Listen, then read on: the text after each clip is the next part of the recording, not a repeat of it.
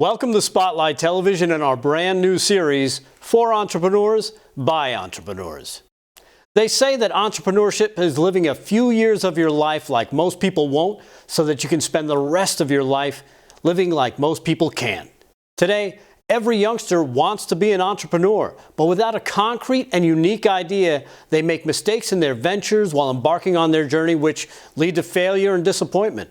What they, and for that matter, every budding entrepreneur needs to realize is that entrepreneurship is not a cakewalk and is not as simple as it seems to be. In this series, we'll bring you conversations and interviews with small business entrepreneurs from all over the country whose stories and experiences will help you out in commencing your entrepreneurial journey in a successful manner. Now, joining me today is Dr. Ann McIntosh, founder and CEO of Safe and Clear, Inc. Dr. McIntosh holds a bachelor's degree in speech communication from the University of North Carolina at Chapel Hill, a master's degree in interpersonal communication from the University of Montana at Missoula, and a PhD in communication sciences and disorders from the University of Texas at Austin. Her current goal with Safe and Clear is to market the world's first FDA-approved transparent surgical face mask. Dr. McIntosh, welcome to the show. Hi there. Thank you. It's wonderful to be here today. Thank you for having me. Yeah, well, thank you for joining us. And it's a pleasure for me, too, because I've been doing a little research on your company, and I've got a lot of great questions asked that I think are going to be helpful. So why don't we just jump right into it and get started, really, what got you started in establishing your company, Safe and Clear? Can you take us through that beginning process of how it all came together? Certainly. Well, we started back in about 2001 in terms of the original idea. My husband and I had started our family, and we were getting ready to have a baby. So we were at the hospital, and we were doing the normal labor and delivery. And 25 hours after, we still did not have our bundle of joy in our arms yet.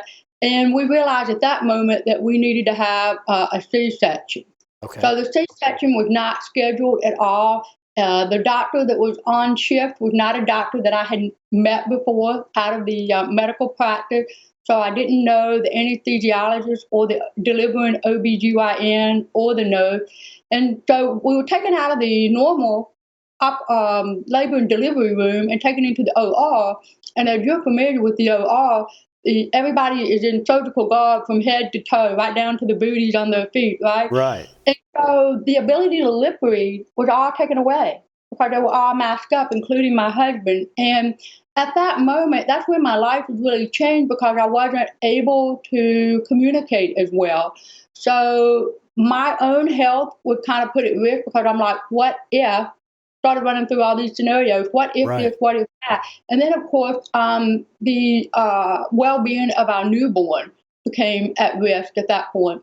And so I thought, this is not really a good thing. I need to be able to communicate for myself and for our child. So at that moment, I said, why don't we just have a mask that will allow communication to occur? So that's really the starting point of the communicator mask. Right. So we went through the FDA approval process and got all that to where we are today. Wow. And that was how long ago now? My daughter's in college. So that was probably, the company started up in like 2012. Oh, okay.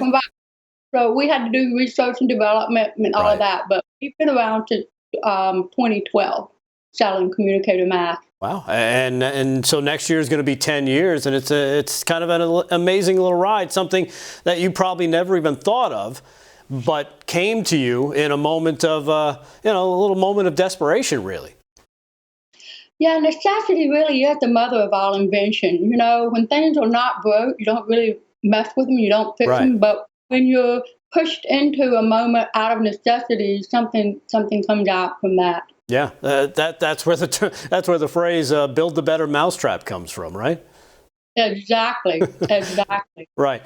Now, talk about your career, because I mean, you're a college professor, right? And you were teaching communication at the time and courses. And explain how that role, came into play when you started this company. My background is being a college professor and teaching communication classes. So I would go into the classroom and I would talk about theory to the student, that this is how communication is supposed to work, and Hmm. here are the factors and everything involved. And then we expect our students to go out into the real world and to apply this. And this was really an opportunity here where we can take the theory and apply it on the outside world. What happens when things don't go smoothly on paper? How do you pivot? How are you Right. flexible? How do you figure out ways to take that? So all this information and my background training of being a communication professor really did come into play here. Yeah, and of course you've translated that again into the company itself. Now your product itself, it offers this viable approach that you talked about a little bit earlier when it comes to the communication, what you were going through in the in the operating room there. Can you tell us about now the demand? Because the pandemic, of course, has probably really ramped up the demand for safe and clear masks, hasn't it?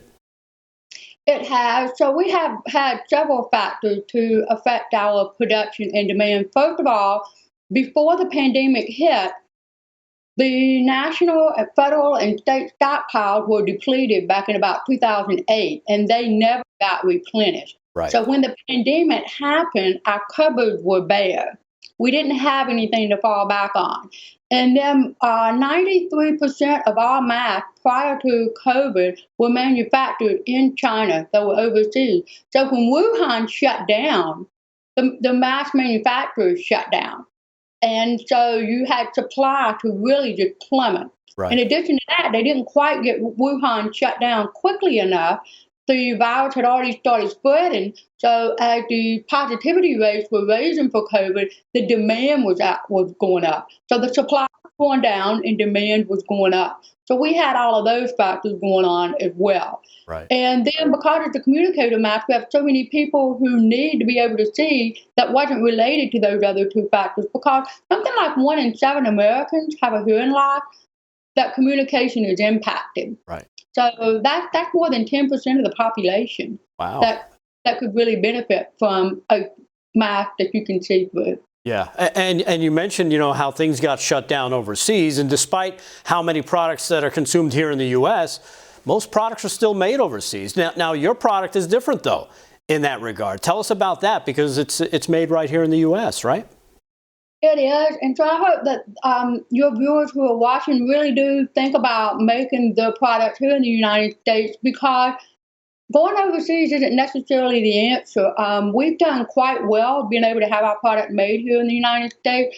I think decades of offshoring and outsourcing manufacturing hasn't really put the United States in a good position. Right. If you take a look at pandemics happening, it makes us vulnerable. If you take a look at politics, who's in power here, who's in power in other countries, if for any reason those relationships disintegrate or deteriorate to the point that you don't have importing and exporting, then your company is affected by that.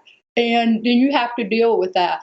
So regardless of what is going on the national or international scene, rather, we're going to be okay because our raw materials and our manufacturing is all done right here in the United States. Right. Yeah, and you made that point earlier that that you guys are FDA approved, which is huge with safe and clear masks, because, and again, that's a big selling point, and especially like you said, you're made here in the U.S., correct? Yeah, to having the FDA approval is huge, because most masks out there that people are wearing probably are not FDA approved. So our mask can actually be used in an OR. It is a Class 2 medical device. So that FDA approval is important. The American people need to understand that not all masks are created equal. So Right. that mask that grandma made on the sewing machine might be made with a lot of love, but is it really going to provide you with protection against viral pathogens? And that's Right. what the FDA approved communicator mask will do. It will provide that protection for you. Right. And grandma, does a great job. I've got some of grandma's stuff as well. But we're not talking about grandma. We're talking about people overseas, and the quality control there is not the same as here. No, it's not. You can go in and do research. Our masks are made in an FDA-approved facility where we have running water, we have electricity, we have safety protocols. The workers are trained, they wear PPE themselves, they wear gloves, they have hair nets on. If they have facial hair, they're wearing beard nets. So it's a really clean facility, and you're not going to always find that overseas. Right. Now, you've noticed some interesting links between the field of communication, of course, you're a professor, like we mentioned, and deafness. Talk about that a little bit. That was connecting the dots. You know, when I was an undergrad and even a graduate student, I was taking all these communication classes, communication theory, communication sciences and disorders. And then one day I just had this huge aha moment where I said, you know what? If it weren't for deafness, we wouldn't have Morse code. Dr. Samuel F. Morse, his wife was deaf, and he invented Morse code that the U.S. military uses even today because it's considered analog, right? It's not digital or electronic. And then Dr. Alexander Graham Bell, his mother and his wife were both deaf, and he wanted to help them hear better, so he went out to try to devise or create what you and I would call a hearing aid, if you will. But instead, he messed up. He actually screwed up, and he made a telephone instead. What's a telephone? You have a receiver, you have an amplifier, you have a transmitter. And so he did that. So that's something that hearing people use in some form or fashion every day is a cell phone Right. or a telephone. And then the internet. Have you been on the internet today, Rick? Yes, of course. Been on the internet? Most of us have. I have children, they're on the internet all the time. Well, the internet came out of deafness as well. Dr. Benton Cerf got tired of being passed over by hearing people for promotions and opportunities because he was unable to wheel and deal on the telephone like normal hearing people. So he set out to level that playing field by co-inventing the internet.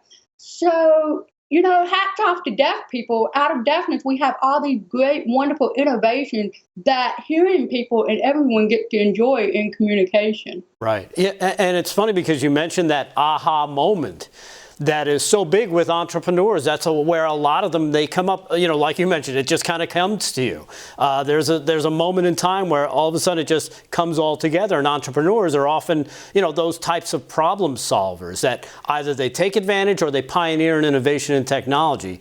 Now, is it safe to say that that describes, of course, your role in starting Safe and Clear pretty well?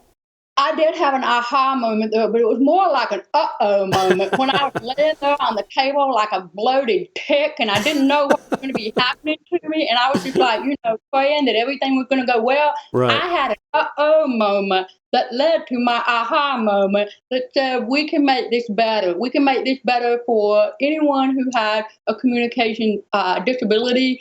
And then on top of that, it can just make communication better for anyone and everyone all the way around. Yeah. So I think it was a combination of an uh-oh and an aha. and you put it all together and you come up with Safe and Clear Mass, which, you know, if people have kind of put two and two together yet, if they're fans of Grey's Anatomy, you're almost like a celebrity now. You've been on TV. The Mask has been on TV, correct? It had been. We were featured on Grey's Anatomy, and then after that, we were featured on Station 19. So we've been very fortunate. That's another piece of this whole puzzle, right? Is that looking for those opportunities and, you know, people finding and making connections. In terms of your work and in terms of, you know, the company of the last 9-10 years that you've been doing this, is there any advice that you could offer those aspiring entrepreneurs to kind of almost be on the lookout and try and cultivate, you know what I mean, as we move forward? I think entrepreneurs innately have the trait of optimism. They are always filled with hope. And don't lose that, because there will be plenty of naysayers out there who will try to stomp on your dreams and try to tell you that that wouldn't work. So when people told me that wouldn't work, what I heard them say was they weren't going to do what it would take to make that happen. So for those of us that have that entrepreneur spirit, the drive to help and to serve other people is greater than any obstacle that you're going to come in contact with. If it's meant to be, it will be. So be patient with yourself and be patient with others, but really surround yourself with a lot of people who are a whole lot smarter than you are. My whole team, they're just a lot smarter than I am, and that's really really what to do. I think that was something that Ronald Reagan did. He just put people around him that were smarter than him to make sure that everything went well. Yeah, well, you know what? That's great advice. And again, moving this forward, we appreciate you taking the time and joining us here today, Dr. Ann McIntosh. It's been a pleasure. Thank you so much. Thank you. Well, Dr. McIntosh, this has been a great conversation, and I'm sure the viewers have absorbed a lot of great information, and I want to thank you for joining us today, and I want to thank you, the viewers, for watching. Until next time, I'm Rick Delgado, and this is Spotlight Television.